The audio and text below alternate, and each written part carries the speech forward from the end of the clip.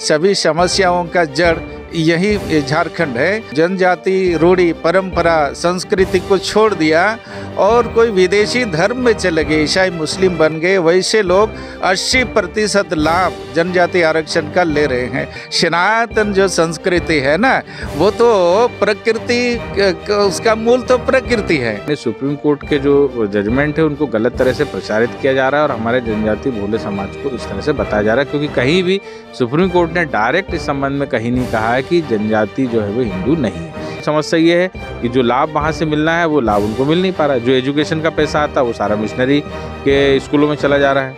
जो आरक्षण का लाभ है वो मिशनरी के लोग उठा ले रहे हैं। जो आदिवासी समाज, क्योंकि जो एक बात ये है कि या तो कोई व्यक्ति ईसाई हो सकता है या आदिवासी हो सकता है, दो नहीं हो सकता। आदिवासी और ईसाई कभी एक नहीं हो सकते। तो जो ईसाई हो गया वो आदिवासी नहीं रहा। 24 दिसंबर को एक बड़ा कार्यक्रम जो है राजधानी रांची में किया जाना है, जिसमें कि कई संगठन उसमें अपना अपना योगदान देंगे। हालांकि राजभवन राज्यपाल को भी, महामहिम को भी इस कार्यक्रम में आने का निमंत्रण दिया गया है और एक ऐतिहासिक कार्यक्रम कही जा रही है। बरसों से चली आ रही मांग डीलिस्टिंग की चल रही है कि जिस तरीके से आदिवासियों को क्रिश्चियन बनाया जा रहा है। हालांकि क्रिश्चियन कम्युनिटी के जो लोग हैं, पादरी हैं, वो अब इसका विरोध कर रहे हैं। आदिवासी संगठन भी विरोध कर रहे हैं। इस तमाम मुद्दे को लेकर जो इस कार्यक्रम को कर रहे हैं 24 दिसंबर को, हम उनसे बातचीत करेंगे। प्रकाश भाऊ उइके हैं जो राष्ट्रीय कार्यकारिणी सदस्य हैं, पूर्व में न्यायाधीश रह चुके हैं मध्य प्रदेश के, और हमारे साथ एक और व्यक्ति जुड़े हैं इस कार्यक्रम में, उनसे भी हम बातचीत करेंगे। उनका परिचय हम बता दें कि डॉक्टर राजकिशोर हांसदा है, जनजातीय सुरक्षा मंच के राष्ट्रीय सह संयोजक हैं। आपसे भी बात करेंगे सर। पहले हम प्रकाश भाऊ उइके से बात करेंगे। सर, जो कार्यक्रम होना है, क्रिश्चियन कम्युनिटी के लोग तो विरोध कर ही रहे हैं, अब आदिवासी संगठन भी कहना है कि जब जल जंगल ज़मीन की सुरक्षा की बात आती है, आदिवासियों को, कुर्मियों को आदिवासी बनाने की मांग आती है, उस समय तो आप लोग आवाज़ उठाते नहीं हैं। छत्तीसगढ़ मध्य प्रदेश में जो घटना हुई उस पर आवाज़ नहीं उठाते हैं। और ये डिलिस्टिंग जो है एक बड़ा षड्यंत्र है आप लोगों का कि कैसे जो है मतभेद पैदा हो, दंगा भड़काएं, यह कहना है आदिवासी संगठनों का यहाँ पर। वैसे में कार्यक्रम को कैसे देखते हैं आप लोग? नमस्कार। आपके इस चैनल का मैं बहुत बहुत धन्यवाद प्रेषित करता हूँ कि आपके चैनल के माध्यम से हम जनजाति सुरक्षा मंच की बातें जो है अपने समाज के बीच में रख पा रहे हैं। और मैं सबसे पहले इसका थोड़ा सा एक संक्षिप्त सा इतिहास बताऊंगा कि ये लड़ाई आज की नहीं है, लड़ाई पिछले 70 सालों से चल रही है। जब 1948 में संविधान सभा का निर्माण हुआ और संविधान बनाने का समय चालू हुआ, तो आर्टिकल 341 में हमारे अनुसूचित जाति समाज के लिए व्यवस्था की गई कि सामाजिक रूप से अनटचेबिलिटी के कारण, अपृष्यता के कारण उनको रिजर्वेशन दिया गया, क्योंकि वो सामाजिक रूप से पिछड़े हुए थे। यही आर्टिकल 342 में जनजाति समाज की जब बात आई और जब संविधान सभा में बहस हुई तो ये बात आई कि जनजाति समाज तो सामाजिक रूप से सुदृढ़ है, तो किस कारण से उन्हें रिजर्वेशन दिया जाए। तो वहाँ पे ये बात उठी कि जनजाति समाज की एक यूनिक संस्कृति है, उनका एक भौगोलिक क्षेत्र से अलगाव है, उनका अन्य समुदायों से एक अलगाव है, और इन सब विशेषताओं के कारण जो है उनको आगे बढ़ाने के लिए, आर्थिक और सामाजिक रूप से आगे बढ़ाने के लिए जनजाति समाज को रिजर्वेशन का प्रावधान किया गया। लेकिन 1967 में बाबा कार्तिक उरांव ने एक ज्वाइंट पार्लियामेंट्री कमेटी बना के जब ये जांच की कि कितने जनजातियों को इसका लाभ मिल रहा है, तो देखने में ये आया कि जहाँ 200 IAS की पोस्ट है वहाँ 197 धर्मांतरित लोग। हमारा सीधा ये कहना है कि जो दूसरे धर्म से जो है वो आदिवासी बन के वो नौकरी कर रहे थे, तो हमारा सीधा ये है कि जिन जनजाति समाज के लिए पिछले 70 सालों से रिजर्वेशन की व्यवस्था की गई है, वो रिजर्वेशन का लाभ उनको न मिलके कथाकथित रूप से अन्य धर्मांतरित लोग उसका लाभ उठा रहे हैं। अब आप बताइए कि जनजाति दुरुपयोग हो रहा है, और वो ये लड़ाई सिर्फ जनजाति की नहीं है, एक रिक्शा चलाने वाले की भी लड़ाई जो जाति से वो, हाँ नहीं, वो अदर समाज का व्यक्ति, उसकी भी एक लड़ाई है कि वो आज टैक्स देता है और उस टैक्स से जनजाति बच्चे को जो है वो स्कॉलर मिलती है या रिजर्वेशन का लाभ मिलता है, तो उसने इसलिए थोड़ी ना दिया कि इसका लाभ जो है धर्मांतरित व्यक्ति उठाए। हमारा ये कहना है कि जो व्यक्ति धर्मांतरित हो गया, जिसने अपनी रूढ़ी रीति रिवाज संस्कृति को छोड़ दिया, जिसने हमारी सरना संस्कृति जिसकी ये लोग बात करते हैं, सरना संस्कृति जो है प्राकृतिक धर्म की पूजा, उस धर्म को छोड़ दिया और जो चर्च के जो दलाल हैं, जो पादरी है, उसको अपना फादर कहने लगा, अपने फादर को छोड़ के दूसरे को फादर कहने लगा, तो ऐसा व्यक्ति जनजाति रहा ही नहीं। अब जो जनजाति नहीं रहा है तो उसको रिजर्वेशन देने का कोई लाभ ही नहीं है। और वो सारा का सारा लाभ जो है हमारा जो अंतिम छोर पे बैठा हुआ जो सही में जो पात्र व्यक्ति, उसको लाभ न लेके दूसरे लोग उसका लाभ ले रहे हैं। तो आप लोगों का मेन विरोध यह है कि जो आदिवासी क्रिश्चियन बन गए हैं उसका आप लोग विरोध कर रहे हैं कि वो क्रिश्चियन से हटे, आदिवासी में है या आदिवासी में ही रहे। तो यही मांग आप लोग। हमारा केवल और केवल ये विरोध है, हमरा किसी जनजाति विशेष से नहीं है। हमरा क्या कहना है कि एक घर में दो भाई है, एक भाई ने घर छोड़ दिया और वो चर्च में जाने लगा और अपने फादर को फादर न बोल के चर्च के फादर को फादर बोलने लगा, तो उसने अपनी संस्कृति, अपने समुदाय से सारी चीज़ें खो दिया। और जब खो दिया तो उसको रिजर्वेशन का लाभ क्यों मिलना चाहिए? भाई एक घर में 6 लोग नौकरी कर रहा है और कहीं कहीं पे तो जनजाति समाज को नौकरी नहीं। तो सबसे बड़ा मुद्दा ये है कि पिछले 70 साल से जो ये अन्याय हो रहा है उन व्यक्तियों के साथ जो पात्र है, जो कुपात्र है, जो पात्रता ही नहीं रखते, जो क्रिश्चियन हो गए, मुस्लिम हो गए, उनको रिजर्वेशन का लाभ नहीं मिलना चाहिए। हमारी इतनी सी मांग है। अब तो क्या इसमें हिंदू भी है या सिर्फ क्रिश्चियन ही है? इसमें धर्मांतरण में सबसे बड़ी चीज़ ये आती है कि क्रिश्चियन विदेशी धर्म अपनाने वाला और मुस्लिम। आप आर्टिकल 341 में देख लिया, अम्बेडकर जी ने ये व्यवस्था रखी थी कि कोई भी अनुसूचित जाति का व्यक्ति यदि मुस्लिम और क्रिश्चियन धर्म ग्रहण करता है तो उसका आरक्षण का लाभ समाप्त हो जाता है। ये आर्टिकल 341 में स्पष्ट व्यवस्था है, किंतु आर्टिकल 342 में व्यवस्था नहीं है। हमारा सिर्फ इतनी सी लड़ाई है कि संविधान संशोधन करके आर्टिकल 342 में ही वैसी ही एक व्यवस्था कर दी जाए कि जो व्यक्ति विदेशी धर्म ग्रहण कर लेता है, वो क्रिश्चियन बन जाता है, वो मुस्लिम बन जाता है, तो उसको आरक्षण का लाभ न दिया जाए, उसका कास्ट सर्टिफिकेट जारी न किया जाए। कास्ट सर्टिफिकेट जारी करते समय ये जाँच की जाए कि ये किस धर्म को मानता है। भाई एससी में आप करते हो, जो अनुसूचित जाति का व्यक्ति है अगर वो धर्मांतरित होता है तो उसका रिजर्वेशन बिल्कुल समाप्त हो जाता है। ये कानूनन सम्मत है और हम ये चाहते हैं कि हम भी आर्टिकल 342 में ये संशोधन करा के हमारी ये मांग है। इसके लिए हम सारे जनजाति समाज को जागरूक कर रहे हैं। बहुत सारे जनजाति समाज के लोगों को ये जानकारी नहीं है। आज 12 करोड़ जनजाति समाज है, लेकिन उसके बाद भी कहीं ना कहीं इतने रिजर्वेशन के बाद भी वो मुख्य धारा से नहीं जुड़ पाया है। उसको जो लाभ मिलना चाहिए वो लाभ कोई और उठा रहा है। तो ये बातें आप जनजातीय सुरक्षा मंच की तरफ से समझाना चाह रहे हैं या एक मुख्य न्यायाधीश के तौर पे कानूनी प्रक्रिया संविधान के तहत जो होती है वो समझाना चाह रहे हैं वैसे संगठनों को? मैं आपको बताना चाहूँगा, पहले मैं न्यायाधीश भी रहा हूँ और उसके बाद मैं अभी जनजाति सुरक्षा मंच से जुड़ के सामाजिक कार्य कर रहा हूँ। और जनजाति सुरक्षा मंच की ये मांग आज की नहीं है, ये जनजाति सुरक्षा मंच ये मांग लंबे समय से करता चला रहा है और इसके लिए उन्होंने हर स्टेट में, हर जिले में इस तरह के प्रदर्शन कर रहे हैं ताकि एक वातावरण निर्मित हो और जनजाति समाज को पता चले कि उनकी मूल समस्या क्या है। मूल समस्या ये है कि जो लाभ वहाँ से मिलना है वो लाभ उनको मिल नहीं पा रहा है। जो एजुकेशन का पैसा आता है वो सारा मिशनरी के स्कूलों में चला जा रहा है। जो आरक्षण का लाभ है वो मिशनरी के लोग उठा ले रहे हैं और इस तरह से हमारे समाज को ही जो है वो आप एक ब्रेक लगाना चाह रहे हैं मिशनरी समाज को, आदिवासी समाज को आगे बढ़ाने की कोशिश की दिशा में काम करना। बिल्कुल, जो आदिवासी समाज, क्योंकि जो एक बात यह है कि या तो कोई व्यक्ति ईसाई हो सकता है या आदिवासी हो सकता है, दो नहीं हो सकता। आदिवासी और ईसाई कभी एक नहीं हो सकते।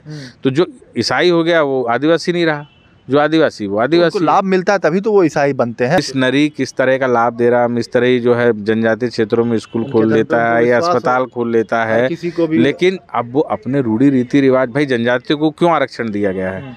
कोई सामाजिक रूप से तो वो अनटचेबिलिटी के शिकार नहीं थे। उनको तो संविधान की मंशा थी कि इसलिए आरक्षण दिया गया कि उनकी एक यूनिक संस्कृति है, उनका एक भौगोलिक अलगाव है, उनका अन्य समुदाय के साथ मेल मिलाप नहीं है। इस कारण से उनको आगे बढ़ाने के लिए रिजर्वेशन दिया गया। जब वो व्यक्ति क्रिश्चियन हो गया, वो क्रिश्चियन कम्युनिटी के साथ उठ रहा बैठ रहा, वो शहर में रह रहा, उसने अपनी आदिवासियत को ही खो दिया, तो उसको आरक्षण क्यों देना? वो मिशनरी जो लाभ दे रही है वो लेते रहे, हमको उससे कोई बुराई नहीं। लेकिन जो संविधान की ओर से हमको आरक्षण का लाभ हमारे आदिवासी भाइयों को दिया गया है, वो क्रिश्चियन और मुस्लिम व्यक्ति उसका लाभ ना ले, ये हमारी मांग है। लेकिन आपको नहीं लगता है कि सर ये जो एक बॉन्डिंग आप जो पाबंदी लगाना चाह रहे हैं, सब स्वतंत्र हैं, जिनको जिस धर्म पे आस्था है वो उस धर्म में शादी करते हैं, उस धर्म में जाते हैं, उनको उसके प्रति आदिवासियों को हो सकता है आस्था रहे, क्रिश्चियन के कहना है कि वो एक नहीं 100 बार क्रिश्चियन बन जाए, पादरी बन जाए, मुस्लिम बन जाए, उसमें हम किसी को नहीं रोक रहे, जिसको जो धर्म अच्छा वो लगता है, लेकिन आदिवासी का आरक्षण ना ले। भाई अब आप अगर ईसाई बन गए तो ठीक है, ईसाई बनिए ना, आपके ऊपर क्रिश्चियन विधि लागू होगी, आप क्रिश्चियन विधि से शासित होंगे। आप मुस्लिम बन गए, आपके ऊपर मुस्लिम लागू होगा, आप उससे शासित होंगे।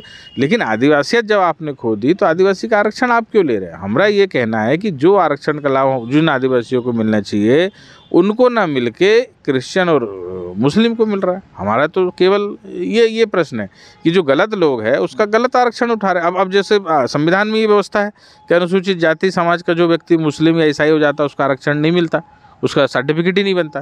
तो ऐसा जनजातियों में क्यों नहीं कर रहे? पहले तो सर क्रिश्चियन पे आपको आरक्षण पे पाबंदी लगाना है, और क्रिश्चियन को भी एसटी का आरक्षण दिया गया है। पहले तो वहाँ आपको पाबंदी लगानी पड़ेगी ना, तभी तो आप रोक पाएंगे। वही रोक पा रहे हैं। तो उसी के लिए हम चाहते हैं कि संविधान के आर्टिकल 342 में इस आशय का संशोधन हो, एक लाइन का, कि जो व्यक्ति क्रिश्चियन या मुस्लिम धर्म ग्रहण कर लेता है, अपनी आदिवासियत को खो देता है, उसका जाति प्रमाण पत्र जारी ना किया जाए। ये डिलिस्टिंग, उसको डिलिस्ट करना है। हमारे साथ डॉक्टर राजकिशोर हांसदा भी है, जनजातीय सुरक्षा मंच के राष्ट्रीय सह संयोजक है।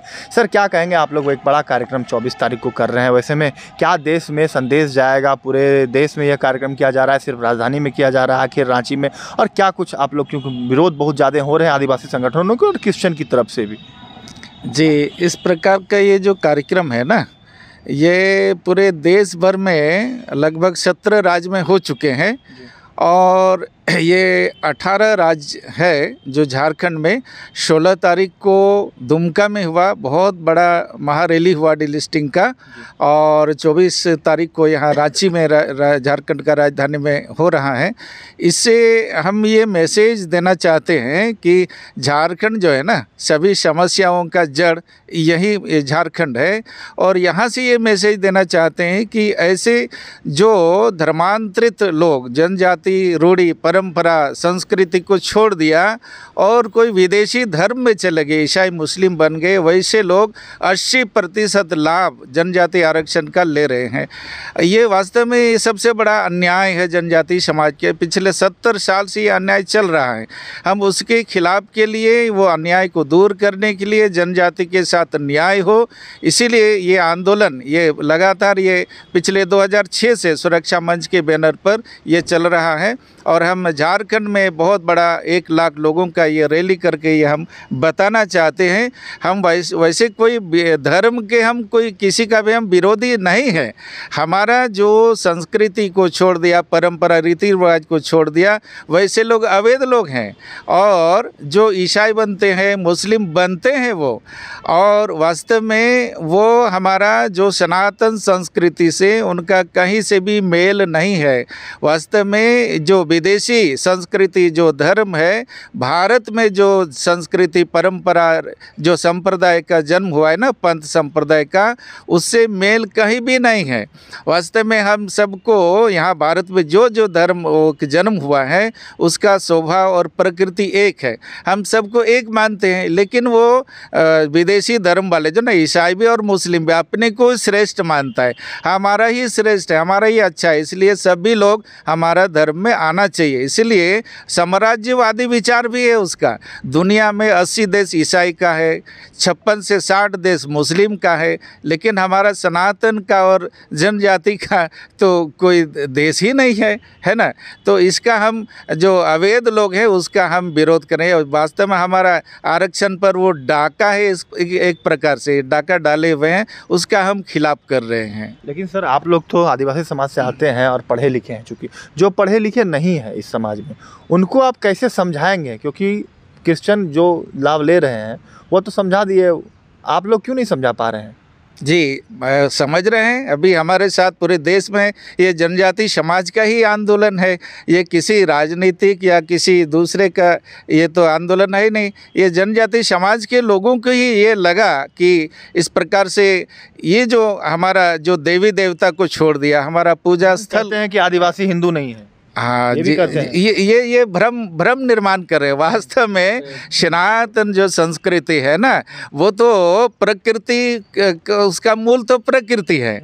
और यदि सनातन धर्म और संस्कृति से प्रकृति को, सूर्य चंद्र को हटा दिया जाए, नदी और पहाड़ और पत्थर और पेड़ पौधे का, तुलसी का पूजा को हटा दिया जाए, क्या बचेगा? कुछ भी नहीं बचेगा। जनजाति जो समाज है उनका जो पूजा है वो प्रकृति है, वो पूजक रक्षक भी हैं और संरक्षक भी हैं प्रकृति के। वास्तव में सनातन धर्म के, हिंदू धर्म के वो आधार है जनजाति समाज। क्या कहेंगे सर, ये जो कहा जाता है कि आदिवासी हिंदू नहीं है, इसे कैसे देखते हैं? इसको 2 पॉइंट पे, जैसा कि अभी हमारे हासदा जी ने बताया कि जनजाति समाज प्रकृति पूजक है और प्रकृति की पूजा करना ही एक हिंदू धर्म और एक हिंदू संस्कृति है। लेकिन कहीं ना कहीं हमारे कुछ जो ऐसे लोग हैं, हमारे कुछ विद्वान मित्र हैं जो इसको तर्क की कसौटी पे कसते हैं और वो सुप्रीम कोर्ट की कुछ रूलिंग और कुछ हाई कोर्ट की रूलिंग का भी हवाला देते हैं। मैं आपको इस मंच के माध्यम से स्पष्ट करना चाहूँगा कि माननीय सुप्रीम कोर्ट ने कहीं भी अपनी किसी भी रूलिंग में ऐसी गाइडलाइन नहीं दी कि जनजाति हिंदू नहीं है। उन्होंने केवल ये कहा है कि जनजाति पे उनके कस्टमरी ले लागू होते हैं, उनके जो रूढ़ी रीति रिवाज वाले जो कानून है वो लागू होते हैं, हिंदू विधि लागू नहीं होती, क्योंकि हिंदू विधि थोड़ा सा क्लिष्ट है। अब ये जैसे कि हिंदू विधि में ये लिखा है कि अगर एक पत्नी के रहते दूसरी शादी की तो वो कानूनन अपराध है, लेकिन कस्टमरी लॉ के अनुसार जनजाति में जो है 2 विवाह मान्य है। अगर मान लो हिंदू विधि लागू कर दी जाती तो कस्टमरी लॉ का जो है उल्लंघन हो जाता। एक छोटा सा उदाहरण आपको 2 लाइन में बताऊंगा कि अगर एक सरदार व्यक्ति जा रहा है और एक आप जा रहे हैं और मोटरसाइकिल अगर उन्होंने पकड़ लिया और कहा हेलमेट लाओ, तो जो हमारा सिख व्यक्ति उसको हेलमेट की पात्रता उसको नहीं है, अनिवार्य नहीं है उसके लिए। वो अपना हमेशा जो है वो कटार भी रखता है, वो कटार लेके बैंक में भी जाता है, तो उसको उसके धर्म के कारण इस प्रकार की छूट दी गई है।